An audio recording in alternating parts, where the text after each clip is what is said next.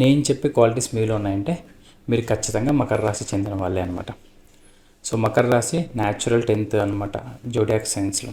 So Makar రాశికి అధిపతి శనీశ్వరుడు. సో కాబట్టి చాలామంది శనీశ్వరుడు అనగానే తెలియని ఒక భయం ఉంటుంది కదా. కానీ మకర రాశి వాళ్ళకి శనీశ్వరుని ఒక తత్వాలు బై డిఫాల్ట్ ఉంటాయన్నమాట. సో మీరు మకర రాశి అయితే మీకు ఓపిక చాలా ఎక్కువ ఉంటుంది. సో చాలా పేషెన్స్, ఏదైనా చాలా ఓపికతో చేస్తారు. సో అలాగే చాలా నిదానంగా కూడా చేస్తారనమాట ఏదైనా ఒక పనిని.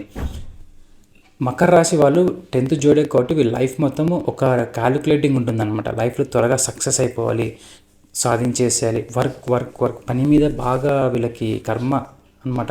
సో పని మీదనే లైఫ్ ఎక్కువ ఉంటుందన్నమాట. అన్నెసెసరీ అండ్ రిలాక్స్గా ఉండడం చాలా తక్కువ మనం అబ్జర్వేషన్ చేయొచ్చు. పనే జీవితం మొత్తం అన్నట్టు ఉంటారు అనమాట. మకర రాశికి మీరు అబ్జర్వ్ చేస్తే దాని ఒక సింబల్ క్రోకడైల్ అనమాట.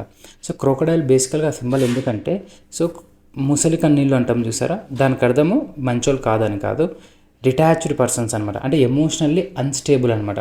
సో వాళ్ళు ఎమోషనల్గా చాలా ఎవరిని ప్రేమించినా ఏదైనా సరే కానీ వాళ్ళని ఎమోషనల్గా ఎక్స్ప్రెస్ చేయడం మకర రాశి వాళ్ళు చాలా తక్కువ చేస్తారు. అలాగే ముసలికి ఓపిక కూడా చాలా ఎక్కువ, తన ఒక గురి ఎదురు చూసేంత వరకు అలానే ఉంటుందన్నమాట. సో అదేవిధంగా మకర రాశి వాళ్ళు లైఫ్లో సాధించడం కోసం చాలా ఓపికతో ఉంటారనమాట. పక్క లైఫ్లో వాళ్ళకి ఏదైతే కావాలనుకుంటారో ఆ కంఫర్ట్ని డెఫినెట్గా రీచ్ చేయగల శక్తి ఈ మకర రాశి వాళ్ళకి బై డిఫాల్ట్ వస్తుందన్నమాట. సో ఇంత పేషెన్స్ ఉంటుంది.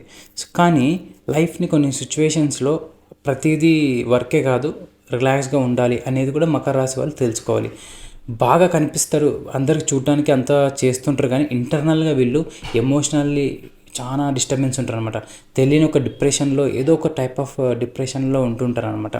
సో కాబట్టి మీరు కొన్ని సిచ్యువేషన్స్ ప్రతిదీ వర్కే కాకుండా రిలాక్స్గా ఉండడము, కొంచెము మీకు టైం స్పెండ్ చేసుకున్నారనుకోండి, చాలా అద్భుతమైన ఫలితాలు వస్తాయన్నమాట. సో మీకు మకర రాశి గురించి ఫుల్ వీడియోస్ కావాలి అనుకుంటే కింద కామెంట్ చేయండి.